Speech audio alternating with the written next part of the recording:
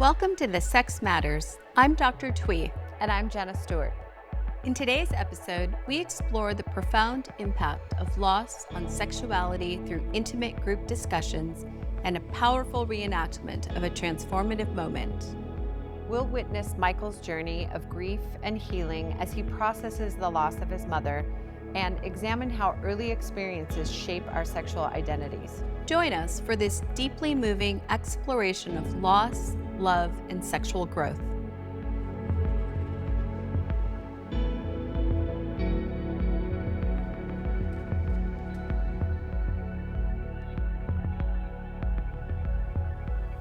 And today's focus is going to be on losses and sexuality. What do losses mean to you? What kind of losses have you experienced this year? And how are you feeling about them now? I often talk about loss as necessary and an important part of the process of growth and transformation. For all of you, loss has been really significant these last years, but certainly this last year. What would you like to share about what you experienced in terms of loss this year? I guess the work I'll be doing is around losing my mother and some of the grief and also some of the relief that came with that kind of ended her suffering. So it's complicated. Our relationship was a little complicated at the end as well this last year. So that kind of was more than just a death. Yeah. I am excited for sort of the loss that was me feeling like I had to be the patriarch in some ways. And I think that's a nice way that loss can lead to growth and potential. Kathy? For me in the past year, I'd say the biggest loss has been both of my kids going off to college and learning how to live an empty nester's life. It's been a bit of a shock. Yeah, it's painful. It is. For me, it's been a divorce in its final stage. That process has been going on about 2 years, but it's the end of a 28-year marriage, so there's definitely some loss there. My sister in the last year, passed away. That was very, very hard.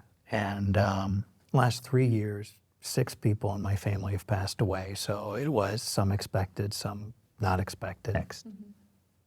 Yeah, that's a lot of loss. The loss of family, 2 years post-divorce, kids have moved out, seeing them less, starting relationships, ending relationships, feeling some loss around some growth that I'd made over the year that got stymied along the way, and trying to recover from that, not accelerate it, but to get back to where I was along the way. Oh, you want to be back. Yes. Yeah. When you think about losses in terms of sexuality, what comes to mind? Loss of sexual drive, energy, feeling incapable of actually making a connection, and more of trying to rely on old adolescent theories about how you should be instead of embracing where you are right now. Loss of time. That is one of the most painful losses because that's the one non-renewable resource. That is something that we don't get back. I guess I would identify the loss of some chains or expectations upon myself, which should feel liberatory, but it's kind of scary. And so in a way, it was easier to have my sexuality conform with the type of masculinity that I learned growing up, I guess. Yeah. I guess the pejorative terms would be like toxic masculinity or porn educated, and feeling now like I'm not bound by those things. I don't really know underlying what's there. Yeah, well, that's what we'll discover. What I wanted to do is bring in another anonymous guest and I wanted to give you a little backstory and the context in which we're working with this person. Oftentimes, this can be an uncomfortable subject, but the relationships that we have with our parents are really significant in shaping who we are. And so what you get to see in the household becomes really significant in terms of how you develop, certainly your sexuality, but essentially your identity. And so this particular patient is coming in, and he's going to talk about the experience of being with a mother that at times sexualized him. And, you know, the role of a mother and a son is so precious. Same with a father and daughter. You want to always do what's best for them. And oftentimes these parents are not trying to be inappropriate or do things that feel uncomfortable, but inadvertently, what can happen sometimes is the person can experience it that way. What I wanted to highlight with this particular guest was the relationship with the mother and how that impacted romantic and sexual relationships moving forward into his adult life.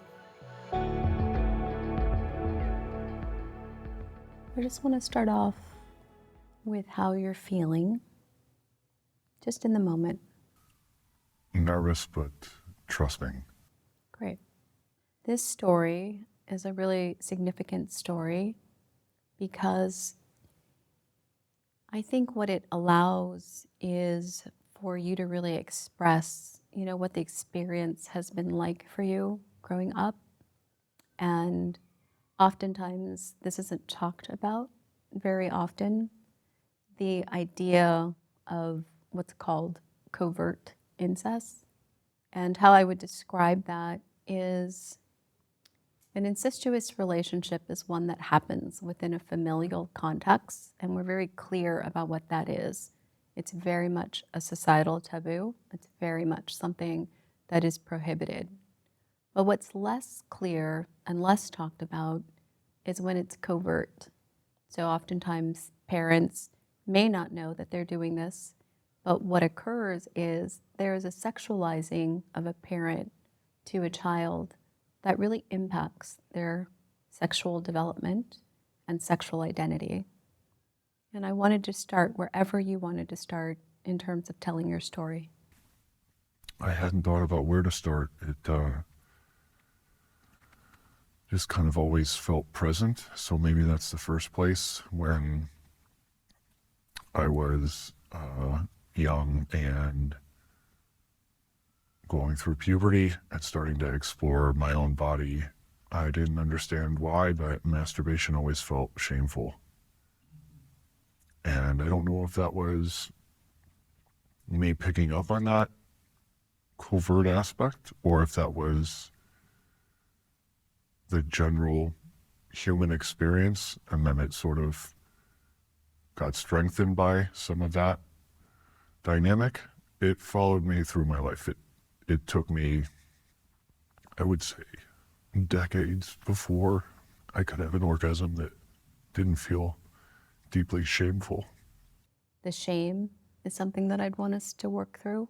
The sense that it happened feels really significant.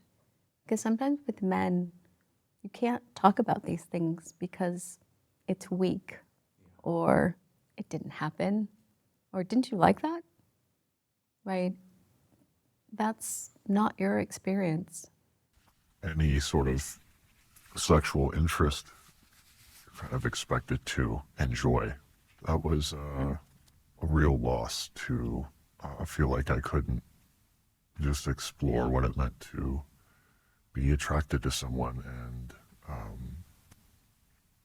pursue someone and explore sexually. I think unconsciously it kept me from even really pursuing relationships till my early 20s. Did you feel that way as some kind of allegiance to your mom in particular, or did you feel that just because that sexual aspect of you wasn't very well developed or was paired with guilt, shame? Shame, it felt very young, it felt like my sexuality was in a way arrested by at whatever point I picked up on that dynamic. So I felt naive and out of my depth when it came to dating or losing my virginity. I just felt very vulnerable and unsafe. Still. Yeah, to some extent, I kind of can hide behind the sort of heteronormative dynamic of the man being in control and expected to lead things. I don't know if that suits me. I've just been doing it for so long. What do you think? I don't think it does. I just am afraid of whatever judgment might be out there for what I discover about myself. Because I am so well practiced at shaming myself for feeling sexual that anyone's discomfort, I immediately revert back to that. Oh, I've done something shameful. So it's easy to fall back into that. It's hard to find people that you can interact with that aren't going to, for their own reasons, have a reaction that triggers that. Yeah. What else do you feel you want to share about your story and the impact it's had on your life? I'm starting to understand how it has replayed in so many of my relationships, and I'm learning to have grace for myself because those were the things that I needed at those times, but I want better. Yeah, I really believe you when you say that. Anything else you'd like to share? Just, I think how much I appreciate this work. I thought I was doing the hard stuff by breaking down some of these barriers, and it was, and I'm proud of that. I'm also realizing that on the other side of that wall is just as difficult work. Yeah. But you do it, and you do it with so much courage and so much grace and with so much bravery. Is there anything that you want to share with people that are listening to you that is important to you to let them know or feels educational if they're going through the same thing? I hope for them that they give themselves space and time to be curious about themselves before defaulting to shame or judgment or trying to classify the reaction, the relationship, the work, and just know that it can be messy, and if you have people in your life that support you, it can become something beautiful. And so to seek out those people that don't immediately go to shame and judgment, that go to curiosity, and that want to be in the moment with you to help understand each other. Beautiful. Thank you so much. Thank you for having me. What a really honest and authentic share. You can really start to see how a loss that we experience with sexuality can really persist well into life. Very hard to hear, that especially men have this image that we're supposed to be big and brave and nothing affects us along the way, and to have the person that you count on the most in childhood owns you like that is incredibly saddening. And it's, how do you recover from that loss? Yeah. I think the beautiful thing is that you can, because the revival of your sexual instincts is natural to all of you. It exists. It's there. Whatever covers that up or protects that or hides it, it's what you're uncovering. and understanding. The good news is it's possible, but it's ever present. So it's just a matter of exactly what we do to reignite that. It made me think a little bit of a story that I was told. My mom held on to me because she loved me so much. I was the firstborn, I was her world, and I felt that love. And at some point, her mother said to her, you know, Virginia, you can let Michael down. And she set me down on the ground, and I rolled away. And so that tension between holding on in a loving way that maybe is keeping a child from exploring. I want to really amplify that image, so because it's really important. So imagine, out of love, a mother is holding baby Michael, right? And baby Michael is like her pride and joy, and she's holding on to him, and it feels really lovely. And she's not really conscious that that might be in any way limiting or inhibiting or not allowing for something. She's really maybe focused on, she loves him. How wonderful. I think that's really great. Then what she does is she puts him down, and the story actually goes, Michael kind of comes up and he rolls over, meaning not rolls away, but like rolls over as an act of like, this is a developmental stage in a baby's development is specifically, you know, the moment they can sit up, the moment they can roll over, the moment they smile to you, a developmental milestone. So inadvertently, she may not be intending to, but she might have been inhibiting, like maybe he would have been rolling like a wild child, right? Over and over. But because she was loving and maybe protective even, the minute she did kind of let go, something shifted for him and he was able to do something that he was ready to do next. Which I think really takes us to where we want to go with Michael in the sex lab. What I'm going to do is I'm going to have you take this and then you set up in the sex lab. This is a very important moment for Michael. When we did it metaphorically a year ago, his mother had not passed away.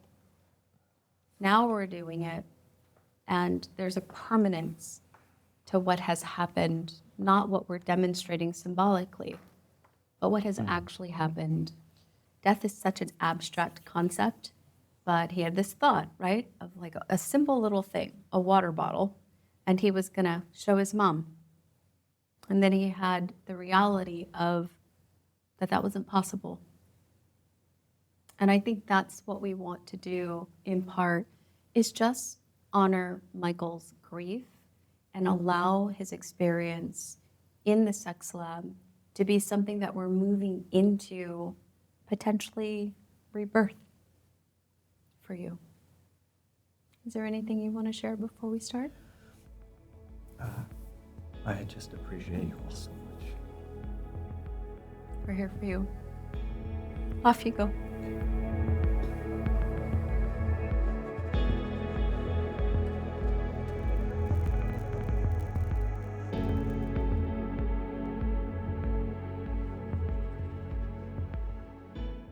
Start just with him taking a nice deep breath.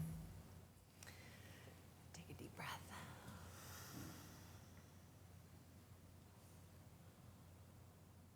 And checking with him about what he remembers from the way that you both set this up and worked on this a year ago. What does he remember? What do you remember when we worked together a year ago? Is there any sort of recollection that you can share with me? Feelings, just how you felt connected to me? The initial pull when you said something like, "You'll never escape me," was, I felt disconnected from the ground. That was like impossible to, I don't know, I just felt the weight of that connection. It felt like a lot of heat in my body and my hips, because we were kneeling. they wanted to just rise up towards you rather than like just remain seated. Beautiful. So what I want to do is just comment on that just for a second, so hang tight. The idea that Jenna was talking about, you're never going to escape me, was the gravity of the depth of how tethered Michael had felt with his mother. And that's the shift that we want to start to make. Go ahead and tell him, Jenna, that the position that you guys are in, does that feel comfortable for him, or does he want to get back into the position where the both of you were kneeling? Do you want to, are you comfortable, or do you want to, we can go to the floor, we want to recreate what we did a year ago, so we can do it on the couch, just where you feel like you can really get into your body. I think if we can do it on the ground, maybe pull some of the pads and sit on the ground. Okay. That's fine. Okay. So let's take these down. And go ahead, Jenna, put that rope around him and make sure that you tell him that that's what we're doing. So you'll start the process of tying. Okay, so I'm going to start this process, just exactly what we did a year ago. Have you put your arms, just put your arms down. I'm going to kind of constrict you, okay? Perfect.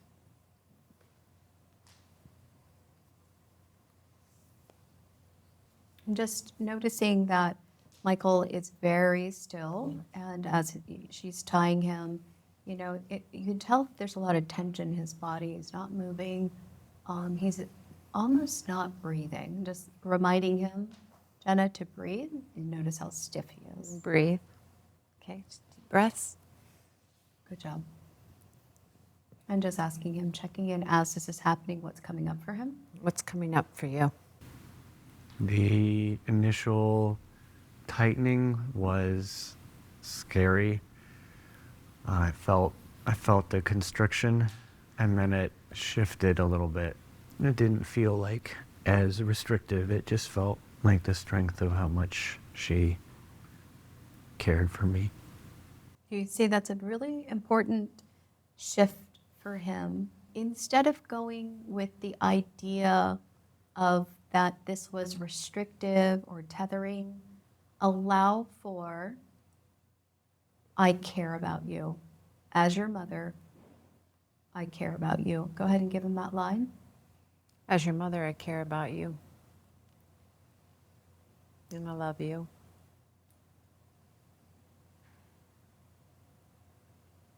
And give him the line that you're not here for him to be tethered. Yeah.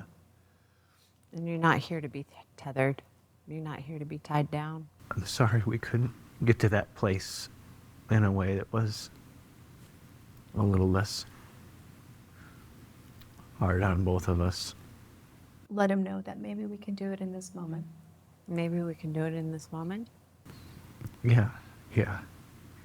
Well, what would he like? What would you like in this moment? To have you honor my independence and tell me how much you love me, but that part of that is letting me go. Tell him that you're going to take those three things and you're going to move them through slowly, and you're going to give him the line, I honor your independence, I honor your independence, that you love him, and I love you. and that it's important that he let you go. And it's really important that you let me go.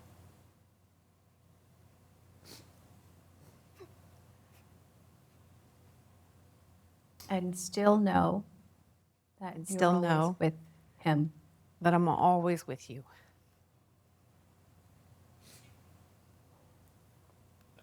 And when he's ready, he can untie and untether. When you're ready, I want you to untether. And just noticing how actually hard it is for him. It's not that it was all bad, right? It wasn't that it was all difficult. There are times, I think, that Just take Michael your really loved his mother and wanted her to love him. And so anytime we have to let go of something Even if it's painful, it's a process.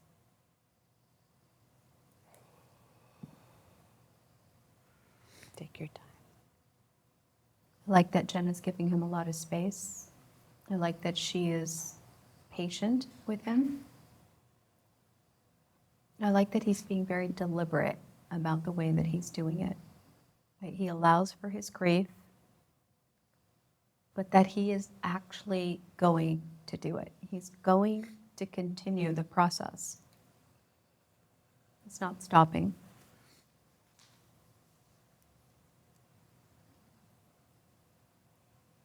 I didn't think it would be hard to let go of the rope.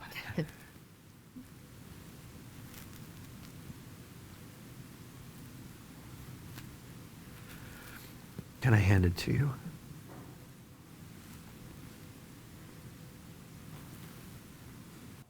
Ask him to make eye contact when he does that. Can you make eye contact with me? Yeah. Yeah.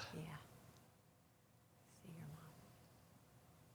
mom. And anything he wants to say to you. Whatever you want to say to me right now.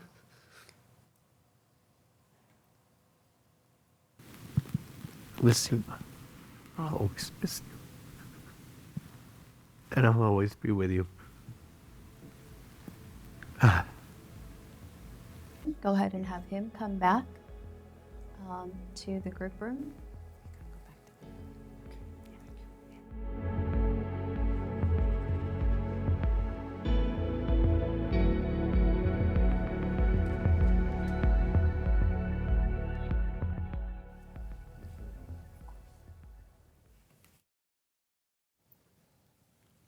Okay. One of the most important aspects when we're working with loss in any form is to have the cycle be complete, to actually have closure, not only sometimes physically, but emotionally. They were so excited to see kind of what you were going to discover there, and because they've had the beautiful experience of seeing what that was like for you a year ago, I think their reflections of what it felt like now will be really, really powerful. What did you guys observe? I noticed you were in a very open kind of space where it really surprised me how gentle you were with her, the way that you let her go with such grace. A year ago, there was a lot more hurt and anger in the untethering, and this time it seemed really like just surrounded with love. The impression I got from last year was in a way you were almost helpless. And now there was a sort of self-assurance as you were ready to let go and sort of complete a process. Part of the work that we do is in the moment being able to reenact a particular kind of trauma or experience in order to feel it more completely and fully. If you recall, we were all working over the weekend and we were going to be together for 3 days. On Sunday, I get an email early in the morning and Michael tells me that his mother is dying. And his request to me was really simple. Do you remember it? I asked the group to be there for my last phone call with my mom. We were all going to have the privilege of sitting with Michael to say goodbye to his mother, who was back home and he wasn't going to be able to get there. And Michael was going to call his brother, Christopher, who was going to be on the other line. And when he was calling Christopher, Christopher was at the side of the bed of his mother. And during that time period, do you remember I was saying it's hard for Michael to recall what was happening because he was nearly out of his body, as he should be at such a highly emotional moment. And what I want to do as part of this process for him is to reenact that moment. So not only can he actually hear and listen to what that was and how he felt, but also for us to celebrate with you your own bravery and your own ability to move from whatever it has been, whatever it was a year ago, years ago, decades ago, and what you want now. So what we're going to do is we're going to find ourselves on the floor. Michael is going to sit here. We're going to surround him. And what we're reenacting is that weekend and the way that we sat and just held space. You guys ready?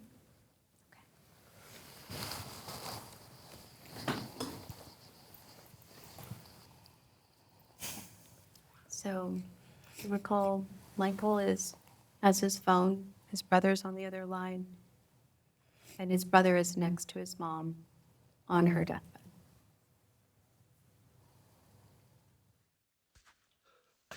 Hey, Mom. Hey, Mom. It's Michael. I love you so much. I'm sorry. I'm sorry it was so hard at the end. I didn't know how to reach you. But I love you, and I'm very grateful for all the love that you showed me growing up. I wouldn't be the man I am today without you. I love you. I hope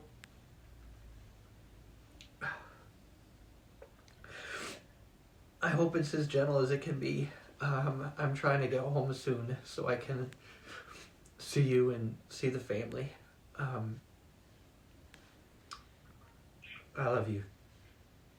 Thanks, Christopher. You're welcome, buddy. I'm sorry that you have to go through this alone. Thanks. I'll be there soon. Yeah, I can't wait to see the side circumstances. And don't worry too much. I got some really important people here in the room with me. Thank you all so much for being with my brother during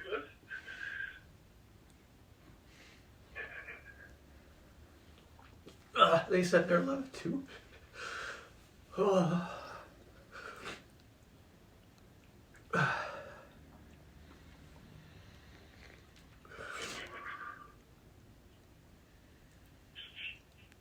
We're gonna make it through this. Yeah. Yeah.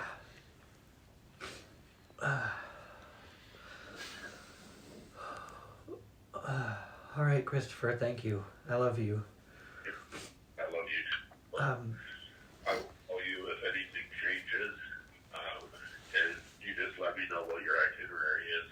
One of us will be at the airport to pick you up. Sounds good. Yeah, we'll be in touch. All right, I love you. I love you. Bye. Talk to you soon. How do you feel? I'm just so proud of my brothers. Such incredible men, and I'm so grateful for everyone in this room. I want you to know how grateful we were to have been allowed the privilege of sitting with you and sharing that moment with you.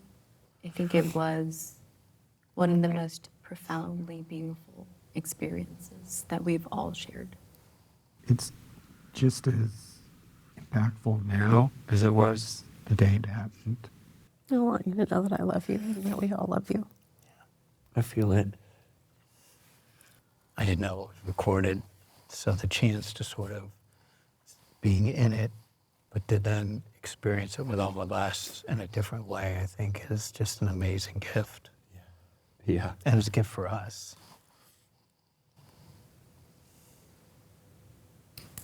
I hope that, given a similar situation, I'm able to handle as much grace and compassion and love as you did. Do you remember the concept I shared with all of you that sometimes I do something for today that we're going to need 6 months from now, or a year from now, or 5 years from now? On that day, why this was so important was intuitively, I just knew that what was happening is when you're in that moment, you're out of your body. It's so profound and beautiful, but he doesn't get to hear two things that are so important. One, how competent his brothers are, how capable his brothers are, how he can actually allow them to take care of him, because he's always been the person that's taken care of them. And also how beautifully he let himself be vulnerable, how he let himself actually take in the care. And that's very growthful for Michael. So what I'd really love is for you to feel the love and care that this group has for you. Is it okay if they give you a little hug? Yeah, I love that.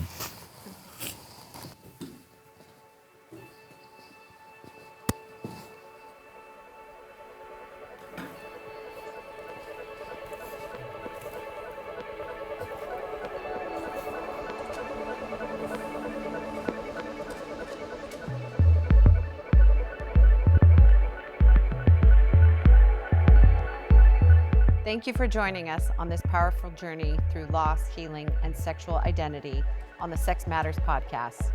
We've witnessed Michael's courageous process of grief and transformation. We've explored the impact of parental relationships on our sexuality and seen the healing power of group support. Remember, our experiences with loss can profoundly shape our sexual selves, but growth and healing are always possible. We hope this episode has inspired you to reflect on your own journey and perhaps find new paths to healing and self-discovery. Join us next time as we continue to explore the complex intersections of sexuality, relationships, and personal growth. This is Dr. Thuy And Jenna Stewart. signing off. When we get to do this kind of deeply immersive work, I know a lot of things are going to shift. The first time we went through it, they were really spot on in their assessment. I think there was a part of me that was ashamed of the connection, the strong connection. My younger brother Christopher kind of identifies as the mama's boy, and so I didn't have a word for that deep bond with my mom. It's not always something that's celebrated in our culture. So I think that time I was desperate to establish myself, some independence. This time in the sex lab, it was very different. It was just, I was able to appreciate the connection for the beauty that it was. I just think how easy it is to conflate powerful emotions, the ones that feel bad and the ones that feel good. And I guess, to use a phrase that's been coming up a lot, that life is messy and that it can be both things, and the bad doesn't take away from the good.